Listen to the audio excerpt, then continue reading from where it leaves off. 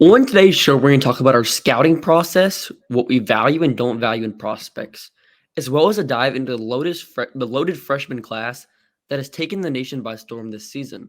Latson women's basketball starts now. Ogunbowale for the win. You are Locked On Women's Basketball, your daily podcast on women's basketball.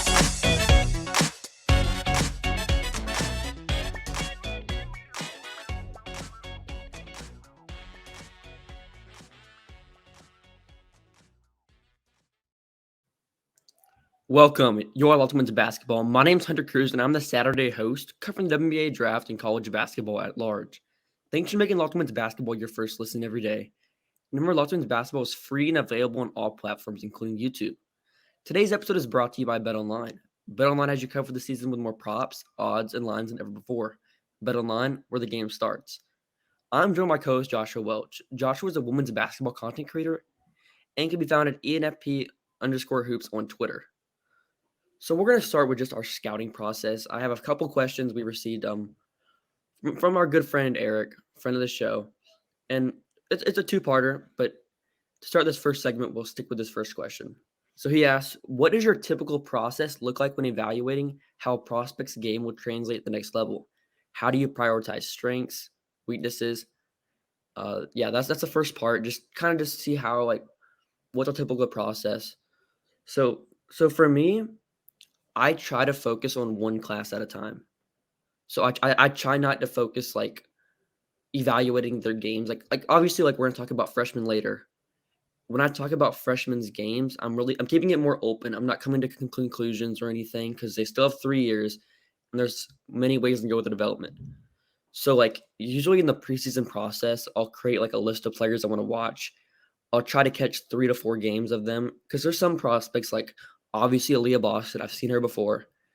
But besides those few prospects at the top, Haley Jones as well, I really try to keep an open mind and evaluate these players. And then heading into the season, try to watch more games as well and see where their games differed from their sophomore or junior year tape to where they are as a senior. So how do you go about it when deciding who to watch and just their process when watching prospects? Yeah, no, it's a good question. I just feel like there's a lot of different directions to go with this. It's harder from a WNBA perspective than college. We get on 4 years where they're going to be playing similar opponents, and we really get to see their game evolve over time before we need to make absolute judgments. In the WNBA, especially with limited roster spots, people are wanting to know right away, is this player going to be legitimate or not? So this is honestly the funnest process in scouting compared to the WNBA.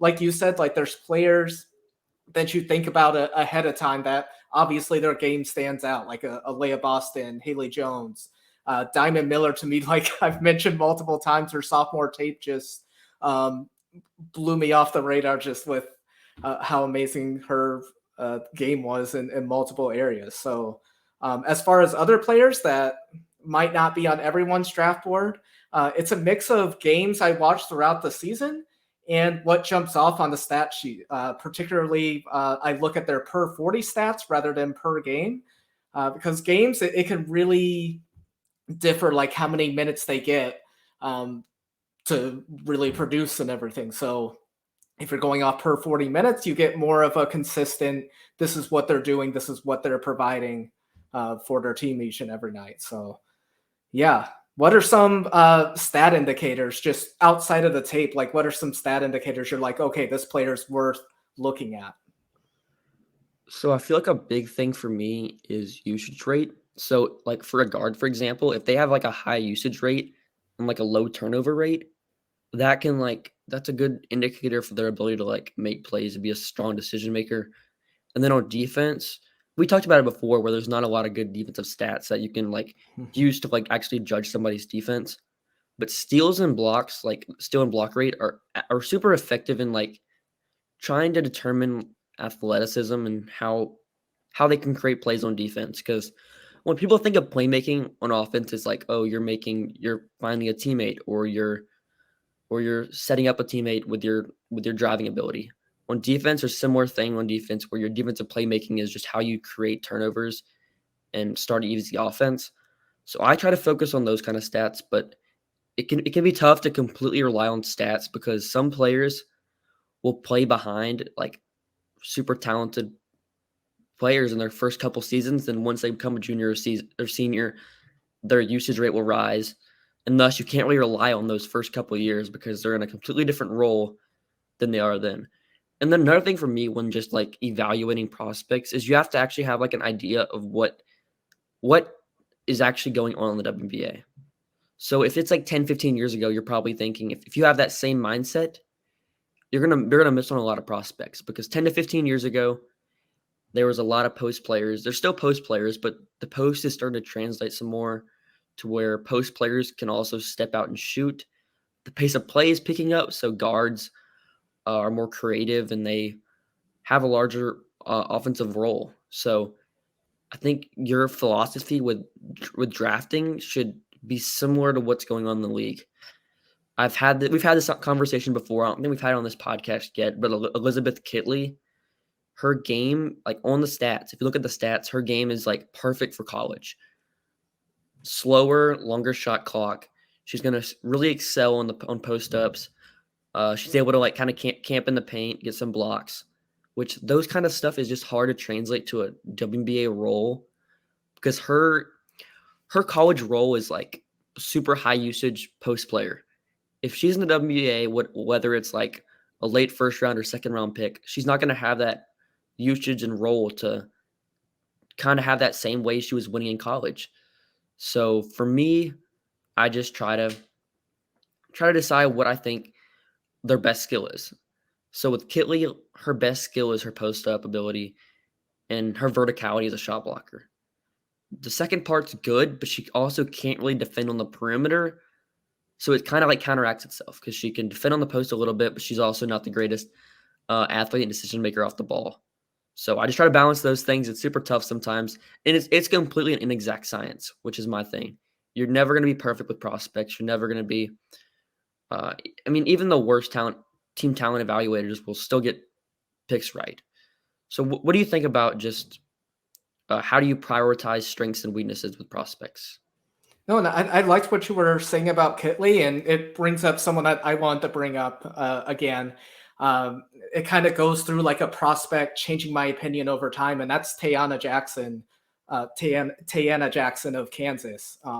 Last season, like her main glaring stats were like the 1.6 steals per game and 3.1 blocks last season. So just really good defensive indicators. Watching the film, she's really good at anticipating where players are going to go and leaving that space and then quickly closing it up and getting the block and or making it difficult for the shooter to get the basket.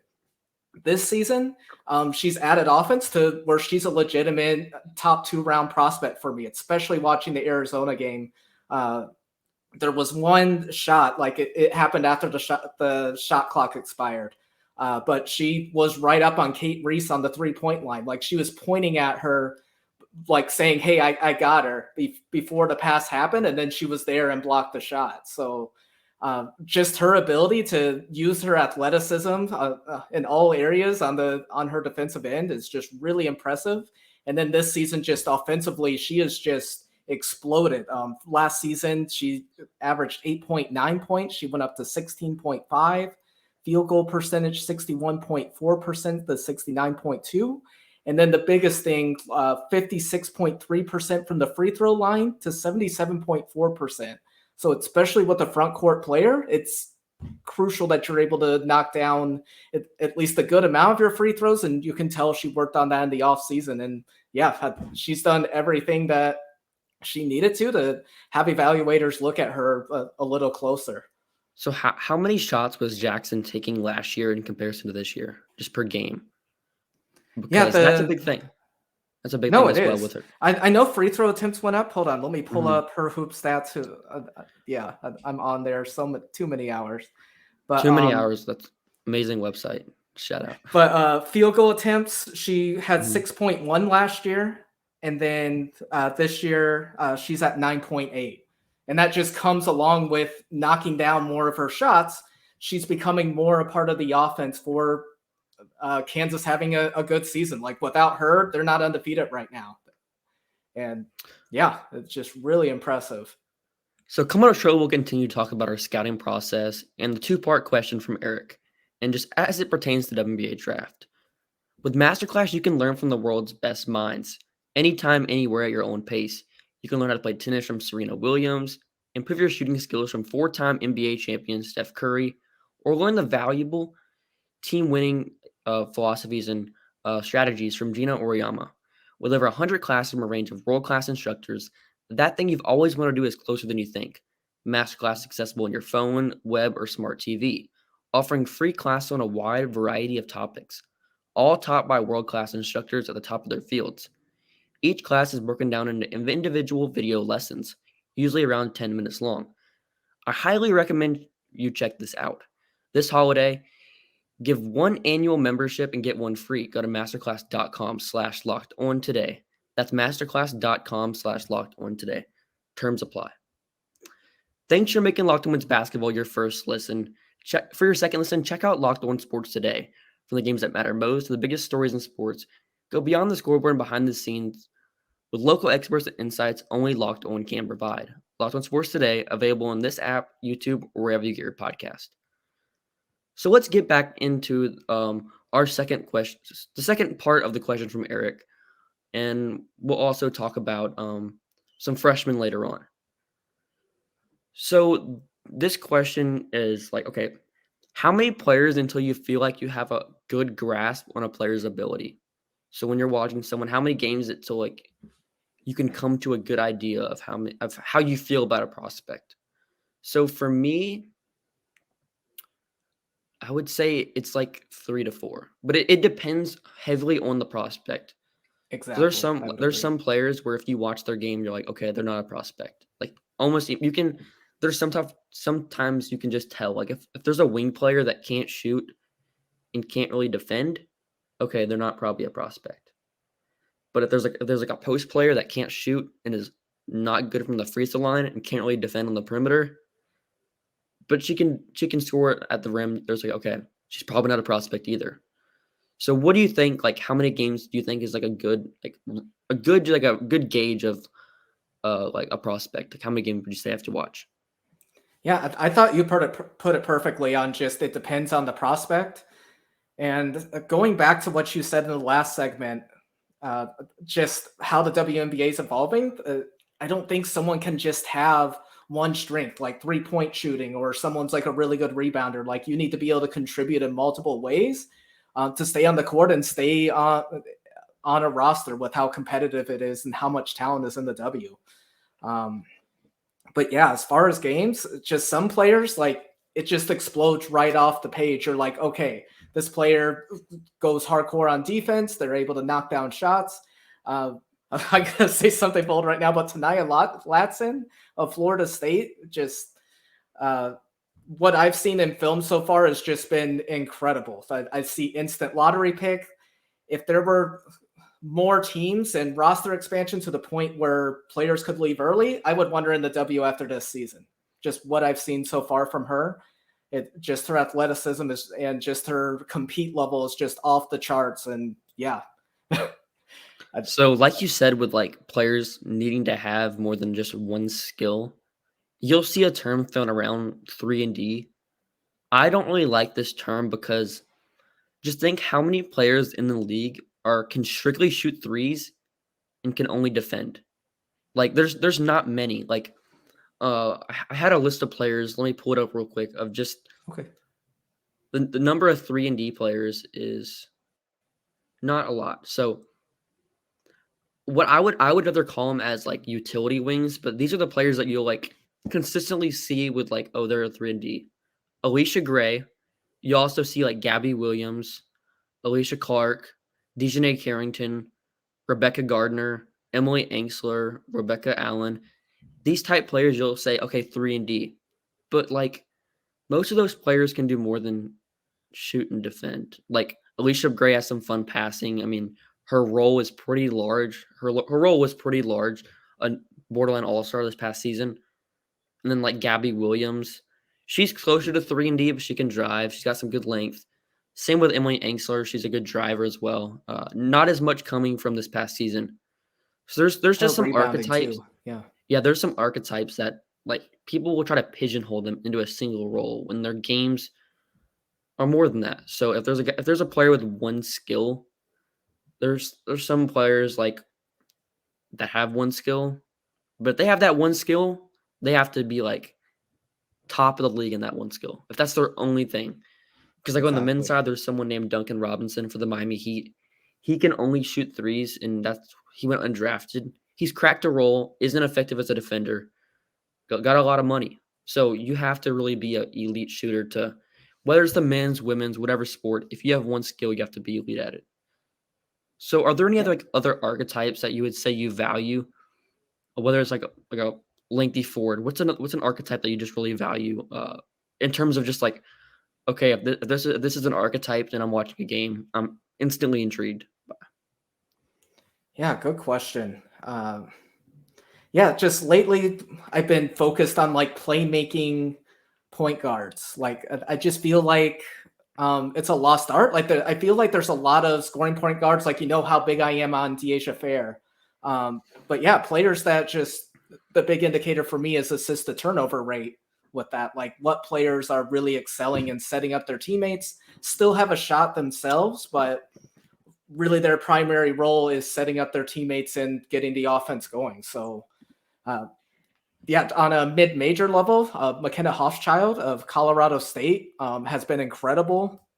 The record-breaking for that school. Right now averaging 6 assists and shooting close to 60% on three-pointers right now.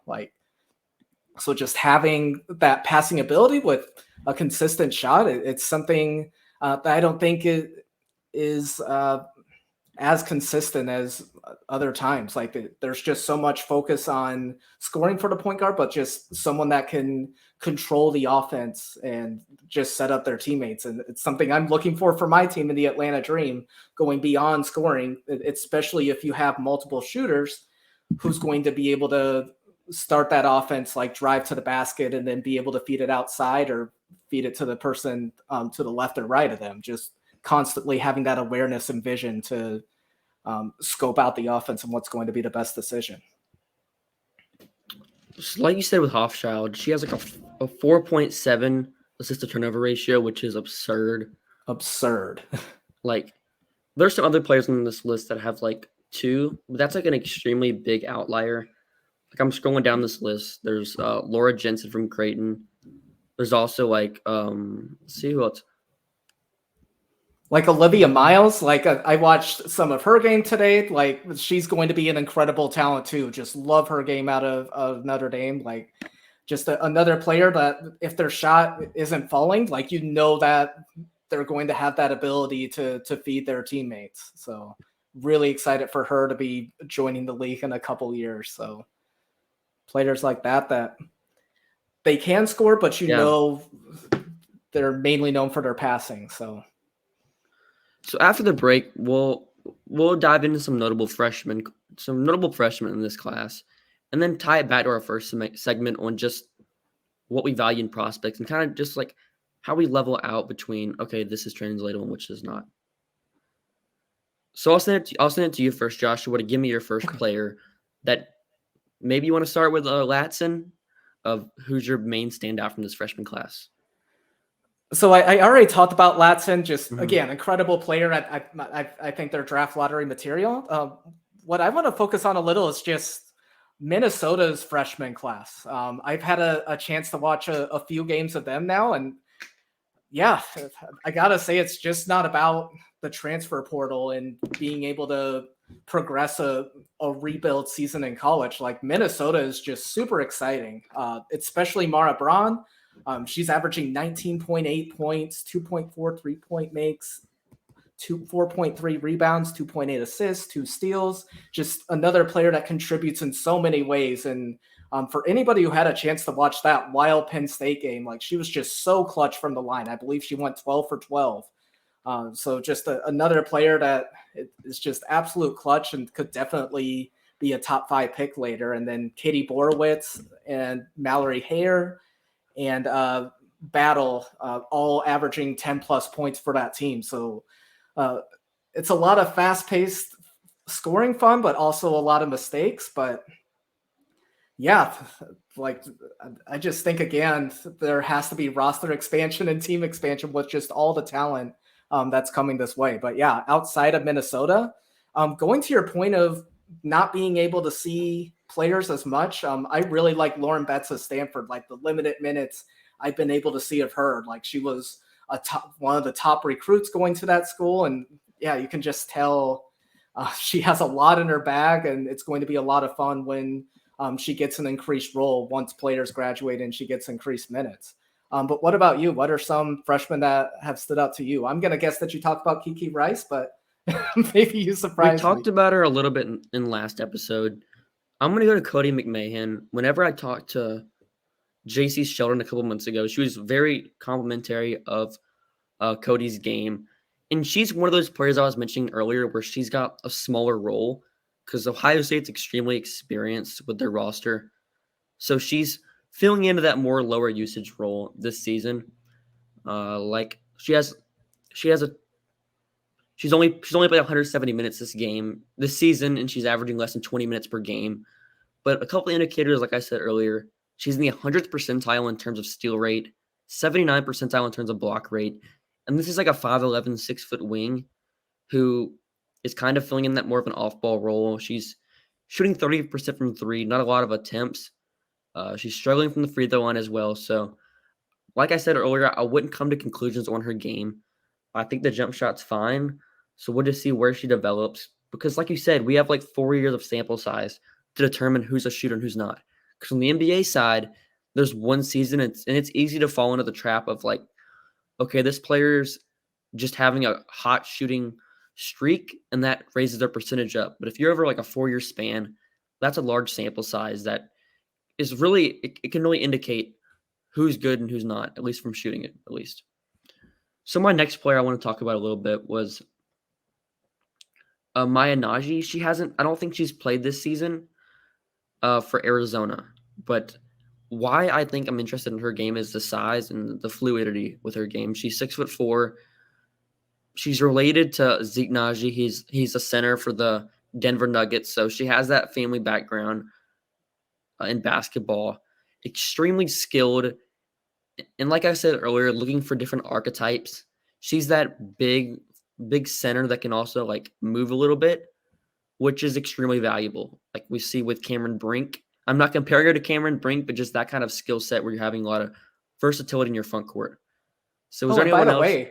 I had a chance to see Maya Nagy because I was watching that Kansas-Arizona game. So she's played in 7 games this season. Not a ton of minutes, but for a freshman, getting close to 15 minutes a game is actually pretty decent. I thought she was overall solid. Like she's shooting 69.2% from the floor. She wasn't that efficient definitely in the Kansas game, but she set herself up for some looks, and you can tell that she has an outside jump shot, which is unique for her position. So yeah, that's someone I can definitely see being a potential prospect later on in their career. But yeah, no, that was a interesting. I must have missed that. Yeah, because she had 17 points, 17.7 rebounds, and 1 assist and 1 steal against San Diego a couple weeks ago. So I'm definitely need to watch some more of her this season, but the skill set's intriguing. Is there anyone else you'd like to talk about in terms of freshmen? Yeah, going a different direction than freshmen. Sorry, I know you just said freshman, but is there anybody like who was injured, like where there was a smaller sample size and now you're finally getting to see them healthy, kind of like a Diamond Miller from sophomore season to not being fully comfortable in their junior season and then excelling this season? Who's someone that you may have not gotten an opportunity in previous seasons to see their full potential that you're seeing now? And while you're thinking really quick, mine is Leah Brown of Michigan. I talked about her in our chat. but just had some incredible games last season. And it's unfortunate that she missed a chunk of time due to injury. But just had that amazing game against Baylor last season. It's just another player that just contributes in so many different ways. I like her passing. I like her outside shot. I like her compete on D. And if she's able to stay healthy this season, she's another player that I could see going in the first 2 rounds, just in what she brings to a team and just how she's improved over the years. And again, just crossing my fingers that we get a close to a full season of her being able to show off what she has. So my player is Madison Greene at Ohio State. Sticking with Ohio State, she only played 15 games in the 2020-2021 season.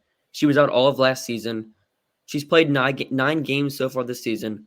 She's averaging 10.1 points, 5.9 assists, 3 rebounds, 2.6 steals. The steals is like a big thing you see with pretty much every wing and guard player at Ohio State. They force turnovers like crazy. Like, still going better that Tennessee especially game. This season. I still can't believe that Tennessee game. That was absurd. But she's incredible. Yeah, her shooting splits, 53% from the field, 57.9% from 3, and 72% from the free throw line. She doesn't take a ton of threes. She takes like a couple a game. She's averaging 2 a game, 2 free throw attempts per game. She could technically return next season, or actually a couple of years, because this is her 3rd college season. But she's also draft eligible.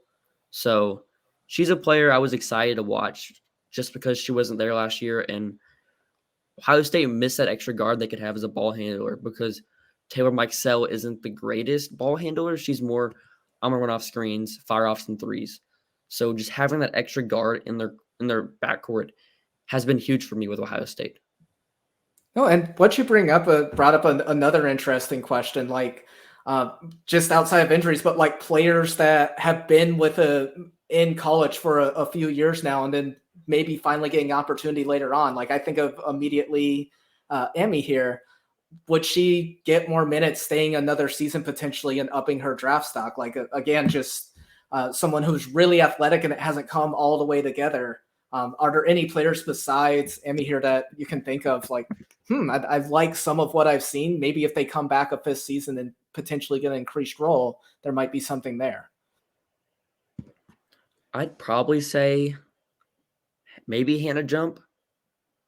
Maybe we see some more from her if she returned to next year, but also Fran for them as well is another player that could return.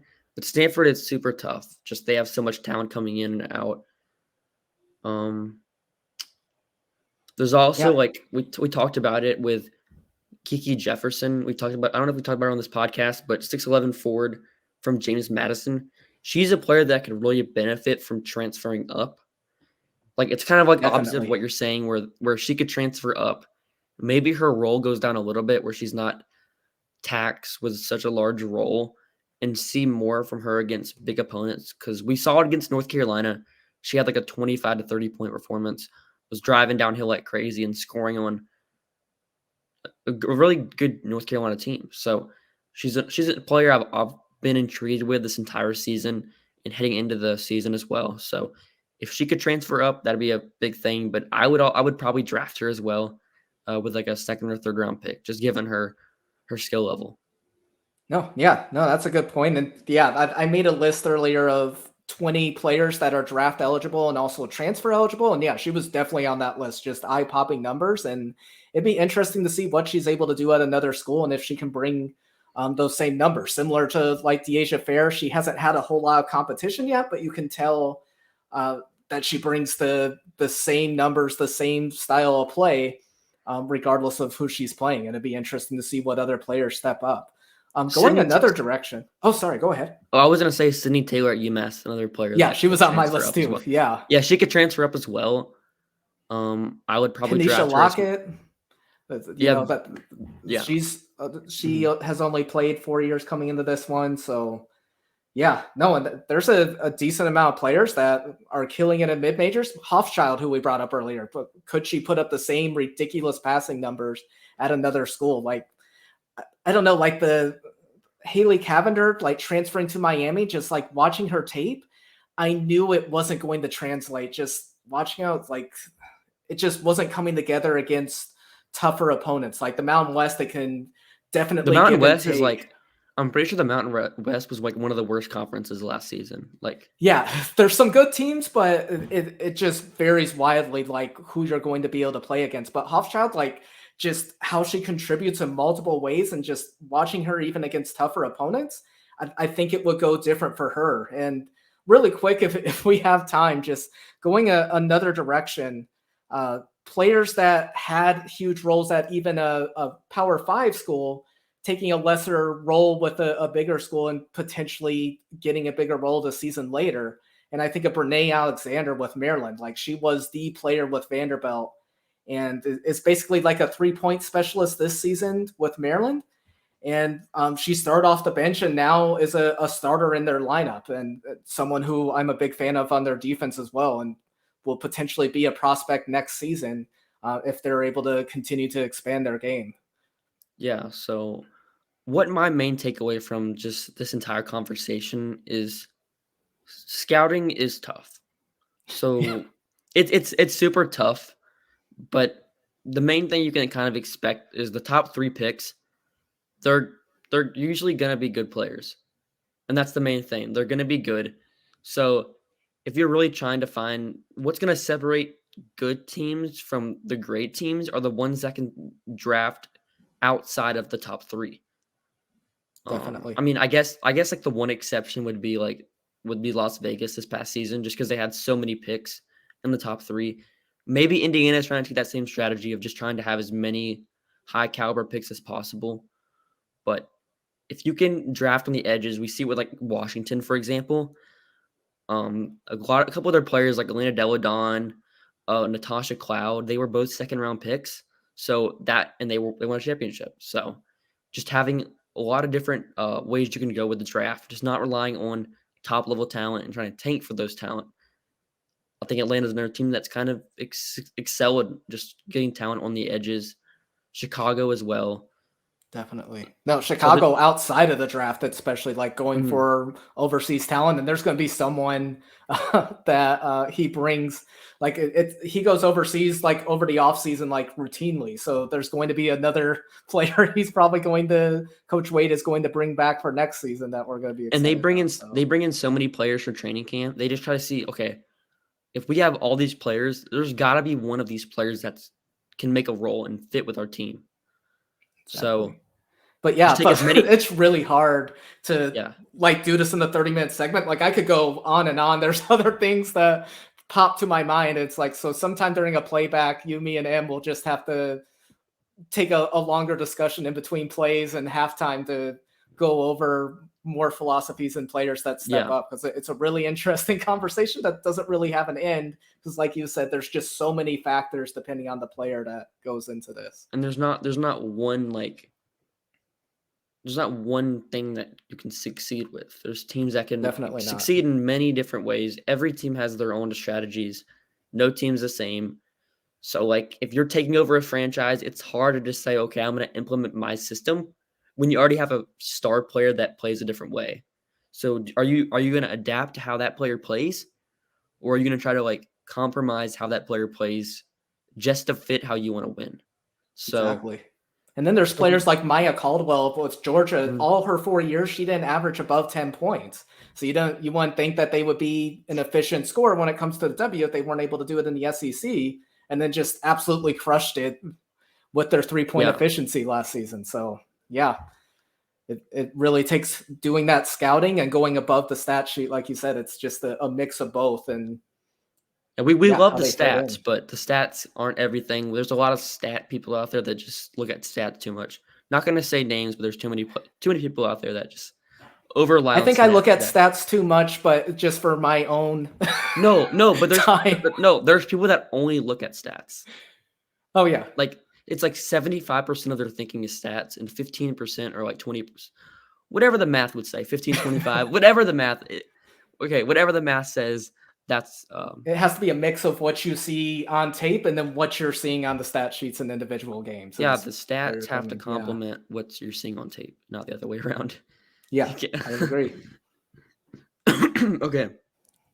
Thank you for making Locked On Women's Basketball your first listen. For your next listen, check out the Locked On Sports Today podcast.